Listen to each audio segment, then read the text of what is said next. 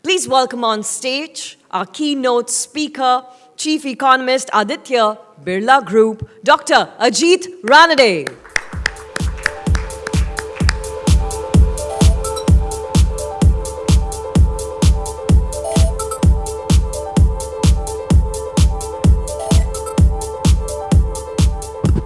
Thank you, Zenia.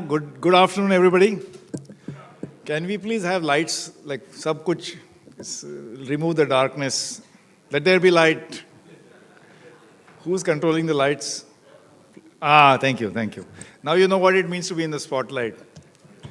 So it's a post-lunch session. So Indranil, please, indulge me a bit. I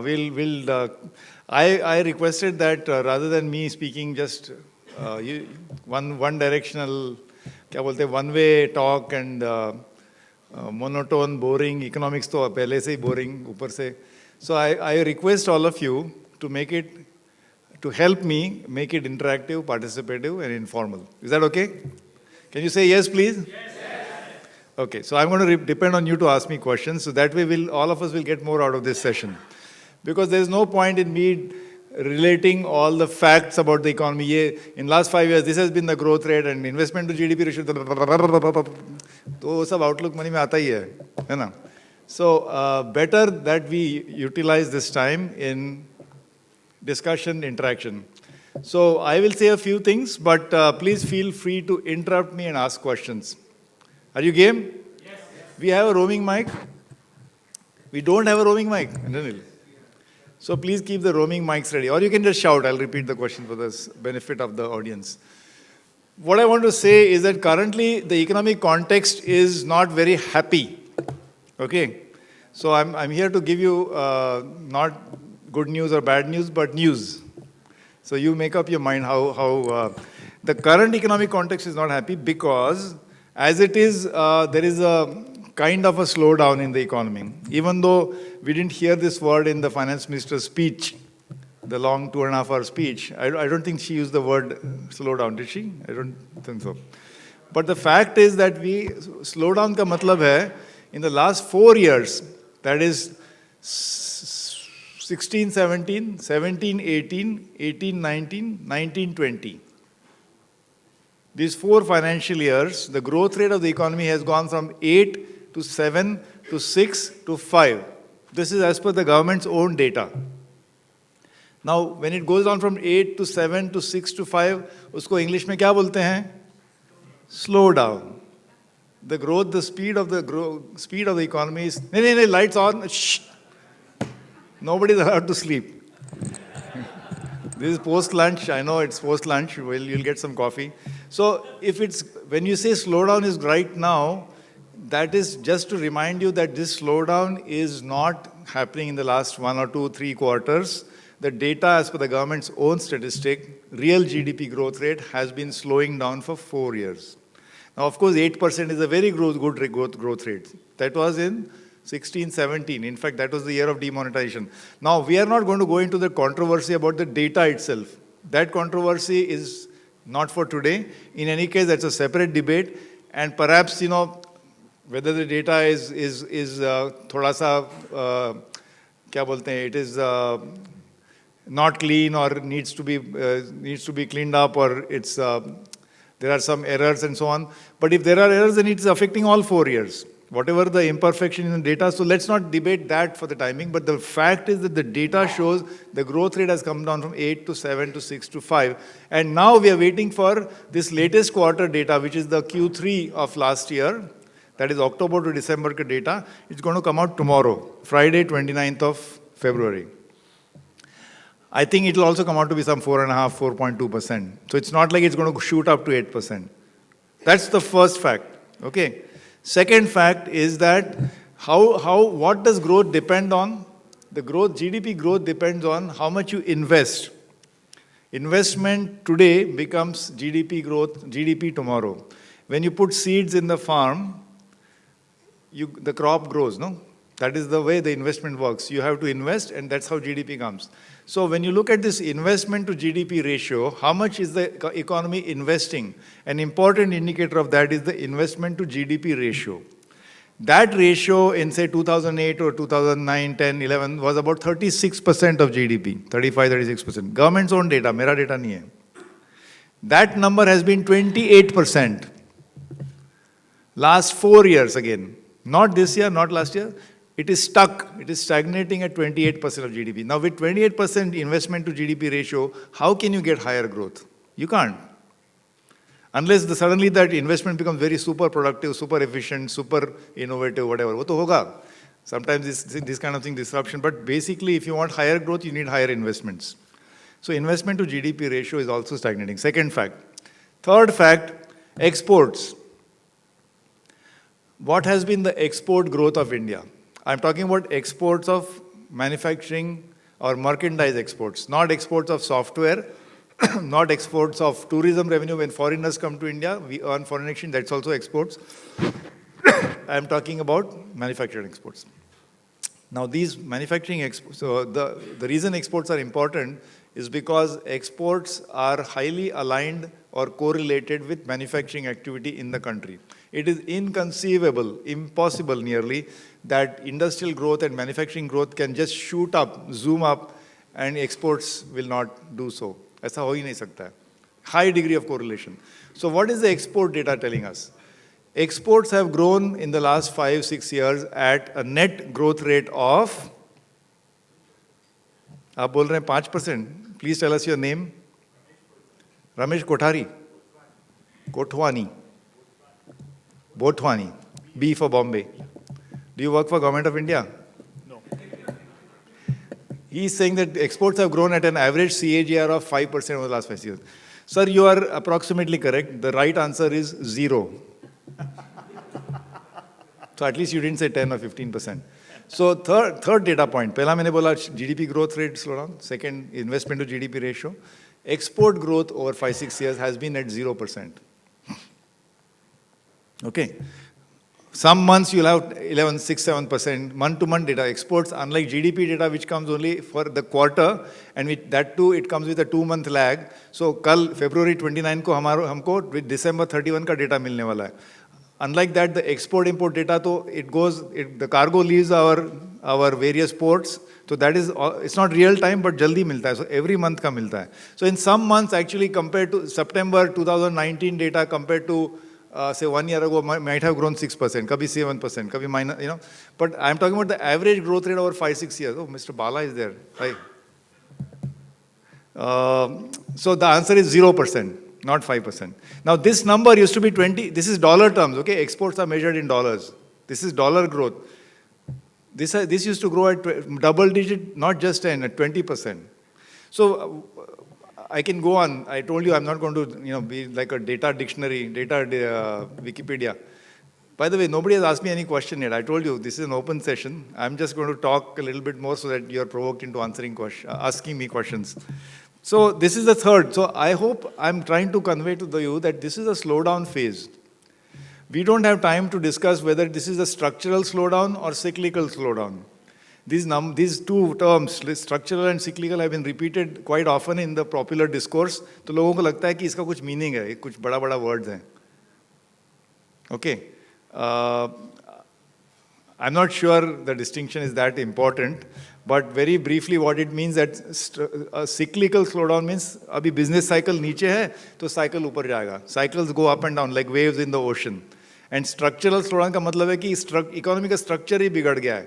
So it will not anymore grow at higher rate. So when a slowdown happens from 8 to 7 to 6 to 5, a structural explanation will say कि अभी ये permanently 5% ही रहेगा unless we make some structural, big decisions like say another demonetization or something. I'm just kidding. So it's not important that we debate whether it's structural also, but I feel that there are elements of both. Of course, the global economy is also slowing down, but it slowed down from 3.2% to 3%. Global GDP growth rate used to be 3% or 3.2. They expect it to be 3%. And maybe because of coronavirus, 2.9, I don't know, 2 point something, We are not talking about 8 to 4. So let's not blame the global economy for our slowdown. There are some domestic factors as well. People say, just to give you an anecdotal experience, they say, abhi December, January का data आया for automobile sector. I think the automobile sector data, if I'm not mistaken, for the entire sector. So there is two-wheelers, which is 18 million. Then there are four-wheelers, which is passenger cars, which is about 3.5 million. Then there are three-wheelers, which is about 35 lakhs, I think. No, sorry, 7 lakhs. And then there are the commercial vehicles, medium, heavy, another 7-8 lakhs. Ye pura constitutes India's automobile sector. Then, of course, there are ancillaries. I'm told that the number is minus 15% for this month. And it's been negative for a long time. And even if we achieve like a 14% growth this year in the coming year, FY21, we will still, the aggregate new production of cars will still be lower than what it was 2 years ago or 3 years ago. So ये खाली auto sector की कहानी है. मतलब, auto sector is supposed to be like a key driver because that reflects technology, that reflects jobs, high-end quality jobs, blue-collar workers, वगैरह वगैरह. So they say, oh, why is this sector, why is it not behaving? Why is it slowing down? So they say there are 4 answers. एक तो too many Ola and Uber. You heard this, no? This Ola and Uber is to be blamed. Second, they are saying कि NBFC sector has taken a beating, तो car loan नहीं मिलता लोगों को. Third, they are saying Bharat 6 norms, those pollution norms are coming, so people are just saying, no, I don't want to buy, I'll just wait. Then fourth reason is people are saying, oh, you know what, electric cars are coming, so why should I buy right now? So which is the correct explanation? Can you tell me? Yeah. Okay, पांचवा reason, because of GST.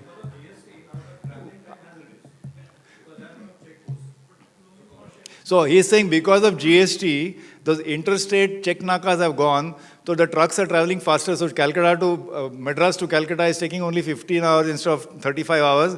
So they need fewer trucks. But that is only for trucks, That's only for trucks, not passenger vehicles. Cars also used to go back and forth anyway. So GST is another 5th reason. Yeah? Metro, 6th reason. So I'm asking you, which is the right reason? That's like an economist. Very good. You referred a peak 2 years back. Yeah. I'm talking of 2-3 years back, yes. Four-wheeler, Yeah. passenger cars. At that point, Yeah. the bureaucrat, as is his wont, cult and culture, made it mandatory for any new vehicle, if you are buying, to take an insurance for 3 years to 5 years. So cost, price, ऊपर गया. Number one, he made it mandatory. So that is the 7th reason. They are too expensive. Vehicles have become expensive. Number two, Yeah. GST was supposed to subsume 17 taxes and make it one. Same, price related. So taxes, residual taxes were there. And in GST, we have 5 slabs and 5 GSTs. Fine. And So the that is fifth- reason number 7. No, the 5th slab is known as sin, 44%. Yeah. sin Go- GST. Only for Mercedes, Baba. No. It's not for Maruti 800. No, it comes down right up to Skoda 1.6 liter. Elantra. Do you know that India's import duty on vehicles is 150%? It's the most protected sector in the world. Correct. So please don't tell me about, anyway.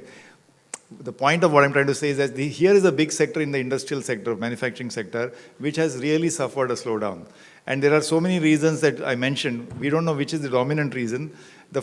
Which of these reasons are structural, which is cyclical? Kya pata? But I'm just saying this is the fact. I mean, you can say, "Arey GST aaya, bahut badhiya ho gaya," but it's killing my industry. Arey Ola Uber aaya, gig economy and so many entrepreneurs, 1.5 million drivers, it's killing my industry. Arey, environment is going to be clean air, we will breathe clean air, Bharat 6. Electric vehicles, great, Elon Musk is going to set up a factory in China, not here. So I'm saying, which of this structural fact is this? So, I think we got to be, this is my main message, starting point. Ki economy is in a slowdown. There are many reasons. I think some of these reasons are going to be very difficult to overcome. You want to ask a question? Yeah. I think so. The major reason is even because of our ports are not that well connected. The reason for the auto slowdown in India is because of the ports. No. Then, For the export which you were talking about. no, arre, wo question, we are now in the separate topic. But that's okay, yeah, yes. Like if So we the see it- export slowdown is because of the ports, fine. If The we export see- I got only 11 more minutes, so please. Yeah. So we can have a discussion why exports have grown at zero. People say logistics, the paperwork, the real exchange rate was against, rupee was appreciating, exporters getting refunds with the 6 or 9 months delay, cheap Chinese imports, Chinese yuan was devalued. So our topic for the discussion today, 5-mark question paper was auto slowdown, not export slowdown. But wo bhi karenge. Point is that I'm saying that there are many things that have happened, but all of which points to economic data which is not really so robust. And yet, we are saying that we are going to double the size of the economy from today to 5 trillion in the next 3-4 years.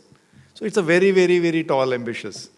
So what is it that gives us this confidence, or at least we can talk about these things in the medium to long term? So I'm going to talk in the next few minutes on the medium-term prospects.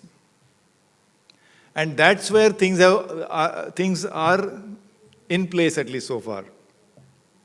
Okay. And the main driving force of that is demography. I mean, I know you've heard this before, but I need to reiterate it and reinforce this argument. The population of India is growing at around 1.7% per year. Okay, this big set called Indians. Of course, aajkal bahut discussion ho raha hai, who is an Indian, who is not an Indian, but this population is growing at 1.7%. But the subset of this bigger set, the subset called India's workforce, people of working age between the age of 18 and 60, that subset is growing at 2.5%. The short word for that is demography or demographic dynamics. These are two big, bade words. Essentially what it means is India's working age population, which is a subset of the total population, is growing nearly 1 percentage point faster than the entire population. But 1% of 1.3 billion people. It happened in every country. These dynamics happen in every developing country. It happened in developed countries 100 years ago or 50 years ago. It's happening in Vietnam, it happens in Bangladesh, it happens in South Africa. But it does not happen on a scale of 1.3 billion people. Because there is no other country with 1.3 billion people. The only other country which could have had this same phenomenon was a country called China. But that country had a one-child policy back from the 1970s. So they didn't have the same demographic dynamic. So that demography is a big factor in whatever, abhi mutual fund ke log baat kar rahe the na, the previous session was about mutual funds. All that stuff, all the rosy talk is still valid because of demography. This demography does not depend on which political party is running the state government or the central government. This demography does not depend on business cycle. This demography doesn't depend whether flood ho raha hai ki earthquake ho raha hai. This demography does not depend, at least till today, on the coronavirus. Some people are thinking ki corona, but as of today, I believe this is. So this demographic phenomenon in India is a very robust and impervious phenomenon. That is, what does it mean? It means that people who are going to be working, earning, saving, investing, consuming, more importantly, paying taxes, this entire thing is going to be driven by the demography. The tax net is widening, whether you like it or not. I know sometimes, when you're sleeping, somebody comes in, puts their hand in your pocket and paisa leke jate hain. We call them income tax people. But this tax net is widening. Then the savings, the financial savings of the country are going to be deepening. Just last month, the UPI transactions in India are more than the all transactions of MasterCard globally. This is a dramatic transformation, the kind of transformation we are having in financial inclusion and fintech. I shouldn't say fintech, but basically, you just imagine, how many of you in this room have used UPI in the last 7 days? About 40%. You guys are still unrepresentative because in the lower income segment, people are using UPI like you use your credit card. Credit cards are going to go completely obsolete. So what I'm saying is this demography the tax net will widen. So if we have a higher deficit today, actually today's deficit is nothing but tomorrow's taxes. When you have a higher deficit today, iska matlab kya hai? Government is spending more than it's taking in. What does it mean? If government is spending more than tax revenues, we call that fiscal deficit. What does that mean? It means it has to borrow. That's called the borrowing program. But borrow from whom? Borrow from the same people, say people of India.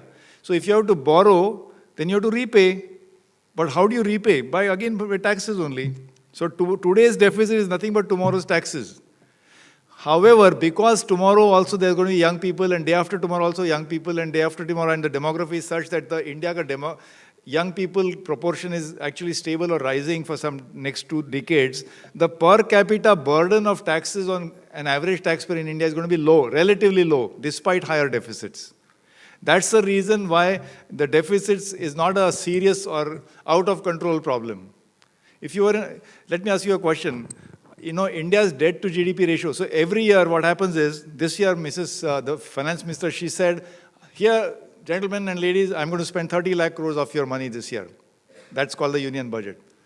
Okay, how are you going to pay for it? Well, I'm going to collect taxes. Kitna pura aapka amdani, how much is your income this year projected? 22 lakh crores, 23 lakh crores. Oh, 30 lakh crores you're spending, 23 lakhs coming in.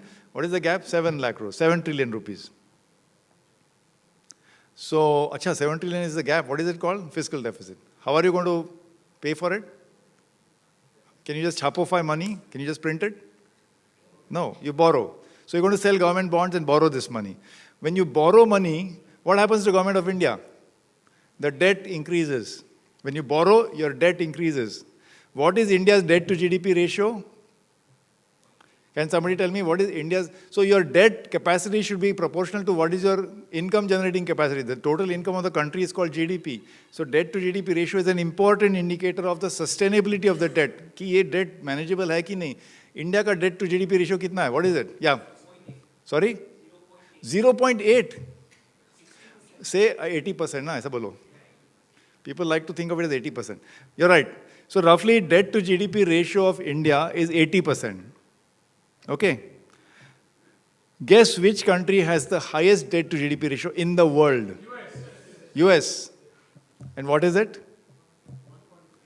No, debt to GDP ratio. $1.3 trillion रहेगा तो that is the wrong answer anyway, but 300%? 130% you're saying. Not 80%, India is 80%, 130%. अरे 130% तो Italy का भी है, Belgium का भी है. Which, the answer is wrong, sir. Which 300%? Is the country with the highest debt to GDP ratio? 300% US? No Google. Huh? 300%? No, I said which country, not what. US. Which country has the highest debt to GDP ratio? US, right? No, US China is 230%, I guess. Hello. US is the highest, most indebted country in the world. Yes, the greatest amount of debt that any country has on its books, government, is US, and that is, you're right, it's about $20 trillion. But which country has the highest debt to GDP ratio? That's right. The answer is Japan. And what is the answer? How much is it? 380%. India ka 80% आप बोल रहा है, it is 380%. And how do they repay that debt? By taxing their own people. But when they go and try to tax their own people, the people are shrinking. Every year some 5-7 lakh, every year 5 to 10 lakh Japanese fewer. इस बार population अगर हम count करेंगे, next year count करेंगे तो गायब. Why? Because their growth rate of population is negative. So therefore the per capita tax burden to pay all that debt is going to increase. That disadvantage India does not have.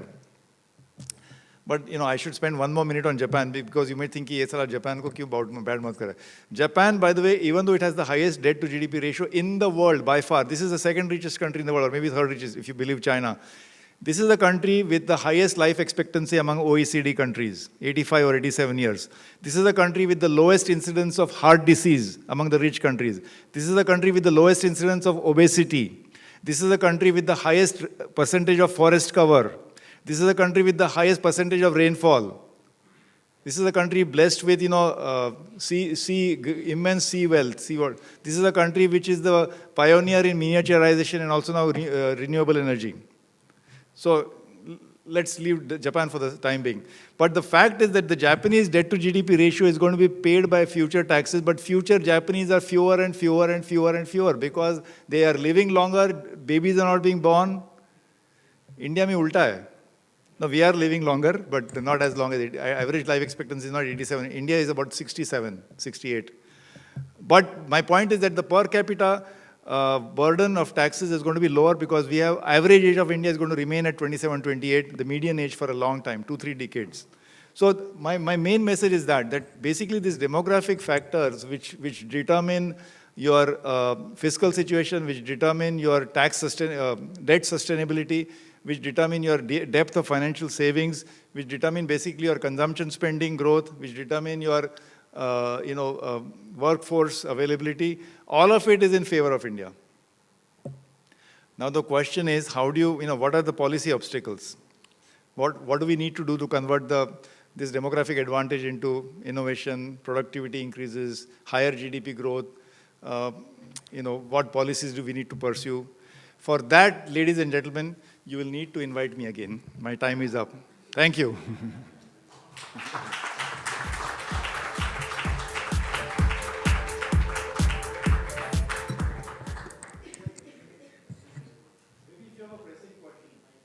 Sure.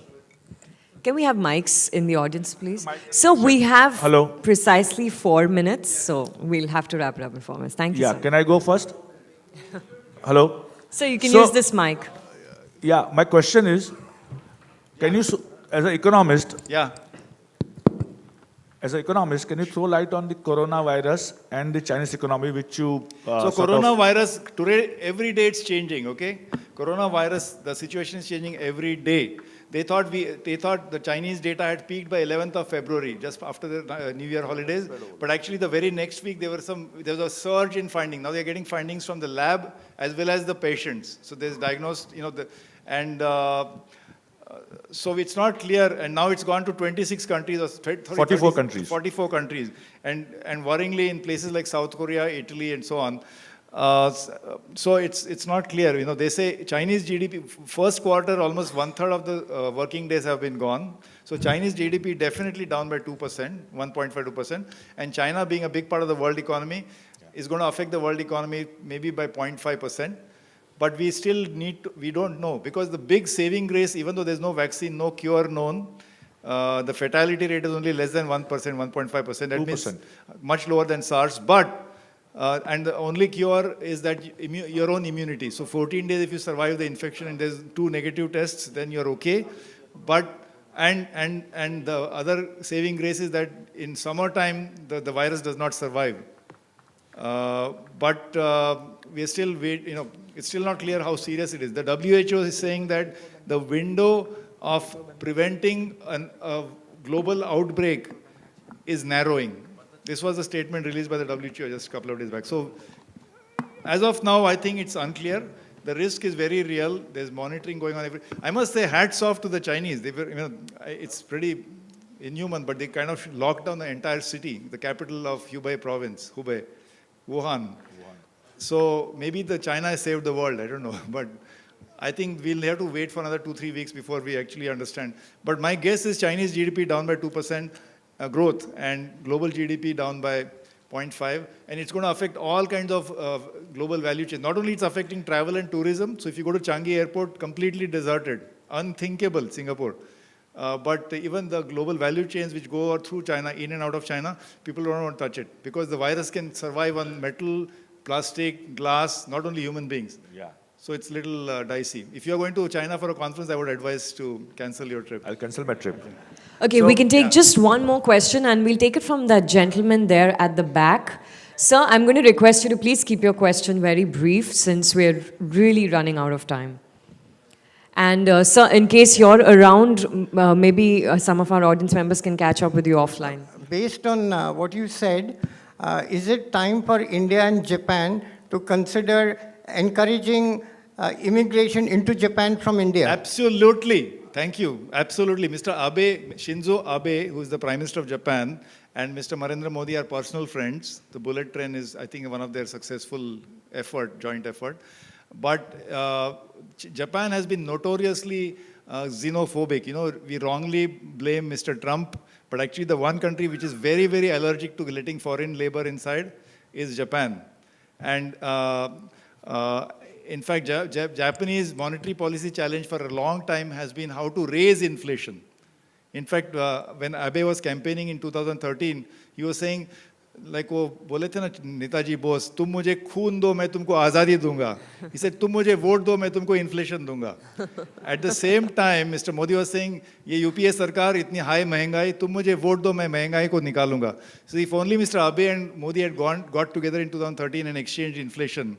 But you're right, we need to find a way to actually export our labor or our demography so that the Japanese people accept them for all kinds of blue collar, white collar work. But there will be a lot of training and skilling involved, which actually the Japanese can help us. I think that's absolutely the right thing to do, but we have a special relationship with Japan, as you know. We have signed an FTA, which is actually FTA plus. It's a comprehensive economic cooperation agreement which goes way beyond FTA. But it also has its downsides, but that's a good suggestion. Thank you very much. Thank you, sir. That's all the time we have. We wish we could do more questions, but thank you. That was just the most perfect session one could expect post-lunch. Thank you so much for those incredible insights. We're going to prepare the stage for our next power panel, ladies and gentlemen, because when it comes to investments, you will all agree with me that the first thing we all think of is protecting oneself against possible risks. And therefore, the Indian insurance sector has been evolving significantly